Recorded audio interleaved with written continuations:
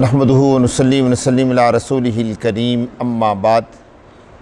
پارہ نمبر ہے 15، رکوع نمبر ہے 9 اور آیت نمبر کل ہم نے 80 پڑھنی تھی۔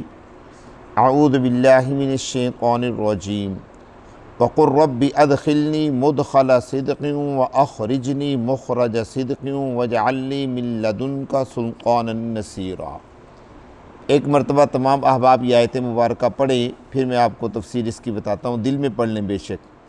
وقل رب ادخلنی مدخل صدق واخرجنی مخرج صدق واجعل لی من لدنک سلطانا نصیرا۔ اللہ تبارک و تعالیٰ ارشاد فرما رہی ہیں، اور اے نبی آپ فرما دیجئے، ذرا غور کیجئے گا، میں نے آیت مبارکہ پڑھائی اس لیے ہے تاکہ آپ کو اس کی تفسیر سن کے پتہ چلے کہ اللہ تبارک و تعالیٰ نے اس آیت مبارکہ کے اندر کیا چھپایا ہوا ہے اور کتنی قیمتی آیت مبارکہ ہے۔ اے نبی آپ فرما دیجئے کہ اے میرے پروردگار داخل کیجئے مجھے مدخل صدق، اچھے طریقے سے داخل کرنا، احترام کے ساتھ عزت کے ساتھ داخل کرنا، وَأَخْرِجْنِي مُخْرَجَ صِدْقٍ، اور نکالیے مجھ کو مخرج صدق، احترام اور عزت کے ساتھ نکالنا، وَاجْعَلْ لِي، اور بنا دیجئے میرے لیے مِن لَدُنْکَ، اپنے پاس سے سُلْطَانًا نَصِیرًا، ایک ایسا مددگار، ایک ایسا سلطان، ایسا غالب آنے والا، سلطان کا معنی بتا رہا ہوں، ایسا بادشاہ نصیرہ جو مدد کرنے والا ہو۔ اس آیت مبارکہ کی تفسیر کیا ہے؟ اس آیت مبارکہ کا پچھلی آیت کے ساتھ پہلے ربط اور تعلق دیکھیں کہ اللہ تبارک و تعالیٰ نے مشرکین کے ستانے پر رسول محترم سے فرمایا کہ آپ 5 وقت کی نماز قائم کیجئے اور تہجد پڑھیے، نماز قائم کیجئے اور تہجد پڑھیے، کیونکہ نماز جو ہے وہ کیا ہے؟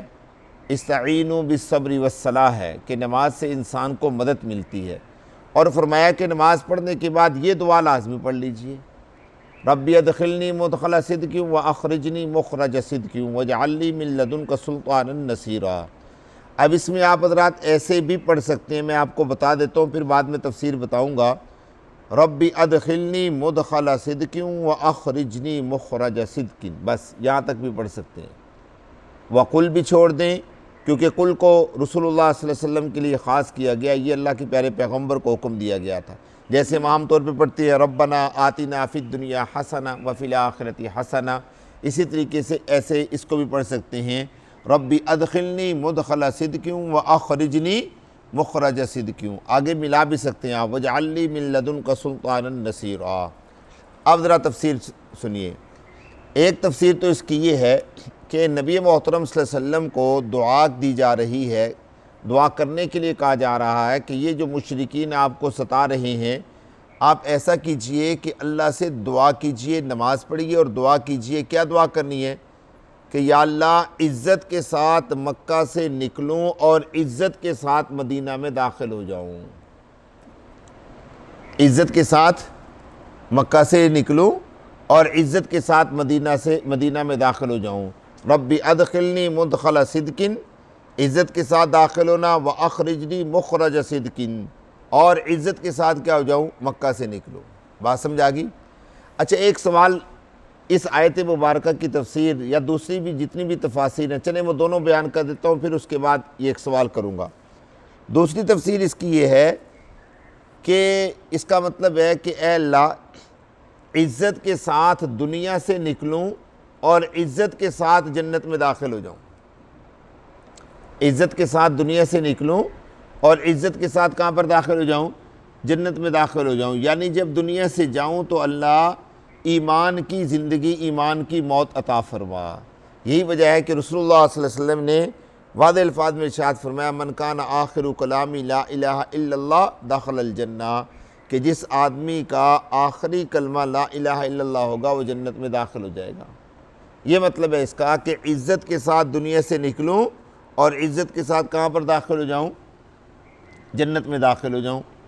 اور اس سے بڑی کیا عزت ہو سکتی ہے کہ رسول اللہ صلی اللہ علیہ وسلم کا کیا جب وقت اجل قریب آتا ہے تو حضرت اسرائیل علیہ السلام باقاعدہ آ کر اجازت مانگتے ہیں کہ یا رسول اللہ آپ کی روح قبض کر لوں، بلکہ یہ الفاظ ہیں، صحیح بخاری جلد ثانی کی جو روایت ہے، کتاب المغازی کا جو آخری باب ہے، اس کی جو الفاظ ہیں وہ یہ ہیں کہ حضرت اسرائیل عرض کرتے ہیں کہ یا رسول اللہ اب آپ کو اللہ تبارک و تعالیٰ کو ملنا ہے یا ابھی مزید زمین پر رہنا ہے؟ تو نبی محترم صلی اللہ علیہ وسلم آگے سے ارشاد فرماتے ہیں اللہم بالرفیق الاعلیٰ. یہ تو پڑھے ہوں گے آپ حضرات نے الفاظ، اللہم بالرفیق الاعلیٰ، اللہم بالرفیق الاعلیٰ، کہ اب تو بڑے دوست کو ملنے کا وقت آ گیا ہے، اب جانے کا وقت آ گیا ہے. تو یہ احترام ہے.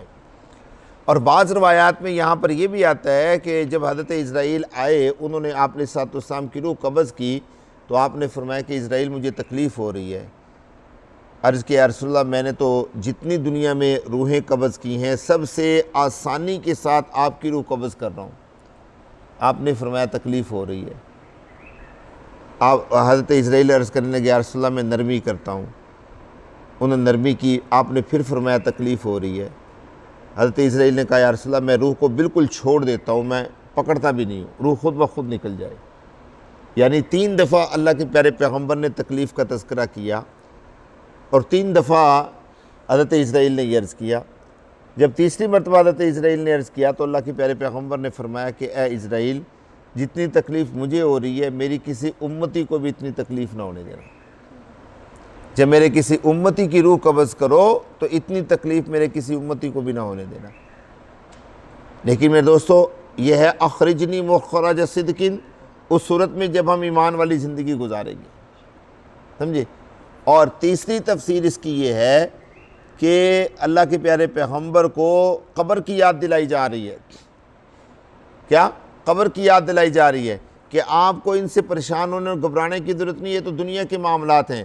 آپ اللہ سے یہ دعا کیجئے ربی ادخلنی مدخل صدق و اخرجنی مخرج صدق، اے اللہ عزت کے ساتھ قبر میں داخل فرما اور عزت کے ساتھ قبر سے نکلنا نصیب فرما. عزت کے ساتھ قبر میں داخل فرما اور عزت کے ساتھ قبر سے نکلنا فرما. یعنی جب قبر میں جاؤں تو عزت کے ساتھ، اور جب قبر سے نکلوں تو عزت کے ساتھ. میں دوستو یہ بھی بہت بڑی سعادت کی بات ہے کہ جب ہم قبر میں جائیں تو ہمیں عزت اور احترام کے ساتھ قبر میں رکھا جائے. بسم اللہ وعلی ملت رسول اللہ پڑھ کے اللہ کے حوالے کیا جائے. منہا خلقناکم وفیہا نعیدکم، یہ آیت مبارکہ پڑھ کے ہماری قبر پہ مٹی ڈالی جائے. اور اس کے بعد پھر سورہ بقرہ کا پہلا اور آخری رکوع پڑھ کے ہمارے لیے دعا کی جائے، نماز جنازہ پڑھا جائے، غسل کفن دفن دیا جائے. یہ ساری کیا چیزیں ہیں؟ کبھی ایک دن بلکہ ابھی اگر آپ کہیں 1 منٹ میں 1 منٹ صرف انسان کے مرنے سے لے کے قبر میں داخل ہونے تک کا یہ جو خاکہ ہے نا، ہمیں تو نظر آ رہا ہوتا ہے جنازہ پڑھ لیا، یہ کر لیا، وہ کر لیا، لیکن اس خاکے کو ذرا تصور کی دنیا میں لا کے دیکھیں، غور کریں تو اللہ نے میت کو کتنی عزت اور احترام عطا فرمایا، کتنی تکریم عطا فرمائی ہے کہ آنکھ بند ہونے سے وہ بندہ اور زیادہ محترم ہو جاتا ہے. ابھی میں اور پراچا صاحب لڑ رہے ہیں نا آپس میں، اللہ نہ کرے میں سے کسی ایک کی آنکھ بند ہو جائے فوراً احترام بڑھ جائے گا، فوراً کتنا وہ محترم ہو جاتا ہے. یہ اللہ کے ہاں، یہ مسلمانوں کے اللہ نے عزت عطا فرمائی. لیکن وہی بات ہے کہ یہ احترام بھی تب نصیب ہوتا ہے کہ جب ہم ایمان والی زندگی کے ساتھ جائیں. اور اللہ سے یہ بھی دعا کرنی چاہیے کہ اللہ، رسول اللہ صلی اللہ علیہ وسلم نے فرمایا نا، کیا بلا؟ اللہم انی اعوذ بک من فجاعۃ الموت، یا اللہ میں اچانک موت سے پناہ مانگتا ہوں، اچانک موت سے پناہ مانگتا ہوں، ناگہانی آفت میں آ کر مرنے سے پناہ مانگتا ہوں. طوفان آ گیا، زلزلہ آ گیا یا سیلاب آ گیا، پتہ ہی نہیں چلا کہاں سے کہاں چلے گی. تو یہ دعا پڑھنے سے انشاءاللہ اللہ عزت والی موت بھی عطا فرمائیں گے اور پھر قبر سے بھی عزت کے ساتھ نکلنا نصیب فرمائیں گے. حدیث پاک میں آتا ہے کہ جب مسلمان کو قبر سے نکالا جائے گا نا قیامت والے دن، تو وہ مسلمان کہیں گے کہ یار ابھی تو آئے تھے اور ابھی آپ نے نکال بھی دیا. اور جب بدبخت لوگ قبروں سے نکلیں گے تو وہ کہیں گے شکر ہے نکلے، شکر ہے جان چھوٹی، بڑی لمبی زندگی تھی، بڑی عذاب والی زندگی تھی، بڑی، سمجھے. تو یہ 3 تفسیریں میرے دوستوں میں نے اس کی جو پڑھی تھیں وہ میں نے آپ کے سامنے رکھ دی ہیں. اب میں دوبارہ ترجمہ کرتا ہوں تو آپ غور کیجئے گا پھر اس کو، اور یہ معمول بنائیں، ہر نماز کے بعد معمول بنائیں کہ انشاءاللہ یہ ہم نے کیا کرنا ہے، پڑھنا ہے. کیا پڑھنا ہے؟ ربی ادخلنی مدخل صدق و اخرجنی مخرج صدق. آگے اگر آپ پڑھ لیں گے تو اس کا مطلب میں آپ کو بتا دیتا ہوں، اس کا مطلب کیا ہے. اب اس کو ہم لے کر جاتے ہیں قبر والی زندگی کی طرف. اے اللہ قبر میں ایمان کے ساتھ داخل ہونا، قبر میں عزت کے ساتھ داخل ہونا اور قبر سے عزت کے ساتھ نکلنا، اور ساتھ میں کیا ہے وَجَعَلْ لِي مِن لَّدُنْكَ سُلْطَانًا نَصِيرًا، اللہ کامیابی کی مہر بھی عطا فرما دے۔ نہیں سمجھے بات؟ اللہ کامیابی کی مہر بھی عطا فرما دے۔ اب سوال یہ پیدا ہوتا ہے جو میں نے آپ کو بتایا تھا کہ اللہ نے نکلنے کا تذکرہ بعد میں کیا، داخل ہونے کا تذکرہ پہلے کیا، کہ اللہ قبر میں داخل ہونا عزت کے ساتھ اور قبر میں نکلنا عزت کے ساتھ، دنیا سے نکلنا عزت کے ساتھ اور جنت میں داخل ہونا عزت کے ساتھ، مکہ سے نکلنا عزت کے ساتھ اور داخل ہونا مدینہ میں عزت کے ساتھ۔ دو تفسیریں جو ہے وہ اس کے برعکس ہو جاتی ہیں کہ نکلنے کا تذکرہ بعد میں ہے اور مکہ سے نکلا پہلے جا رہا ہے، دنیا سے نکلنے کا تذکرہ پہلے ہے اور جنت میں داخل ہونے کا تذکرہ بعد میں کیا جا رہا ہے۔ یہ اللہ کی ترتیب ہے میرے دوستو، جیسے قرآن پاک میں اللہ نے فرمایا تبارک الذی بیدہ الملک وہو علی کل شیء قدیر الذی خلق الموت والحیات، اللہ نے موت کا تذکرہ پہلے کیا، حیات کا تذکرہ بعد میں کیا۔ اللہ کا یہ نظام ہے، اللہ کہیں نہ کہیں کوئی نہ کوئی ترتیب بیان کر دیتے ہیں، یہ اللہ کا قانون ہے، اس کے لیے یہی کافی ہے کہ اللہ رب العزت نے اس کا تذکرہ فرما دیا۔ ذرا ترجمہ دیکھیے، اے نبی آپ فرما دیجئے، اے نبی آپ فرما دیجئے ربی اے میرے پروردگار ادخلنی مدخل صدقین، ادخلنی مدخل صدقین، داخل فرما مجھے، مدخل صدقین عزت کے ساتھ داخل کرنا۔ اب میں یہ ترجمہ کر رہا ہوں، وَأَخْرِجْنِي اور نکال مجھ کو، مخرج صدقین عزت کے ساتھ نکالنا، وَاجْعَلْ لِي مِن لَّدُنْكَ اور بنا دیجئے میرے لیے مِن لَّدُنْكَ اپنے پاس سے، سلطانًا نصیرا سلطان مددگار، نصیرہ مددگار، دونوں کا ترجمہ مددگار ہے، یعنی ایسا مددگار جو مضبوط ہو۔ اور میں یہ سمجھتا ہوں کہ جنت میں داخلے کے لیے اللہ کی مہر سے زیادہ مددگار کچھ نہیں ہے۔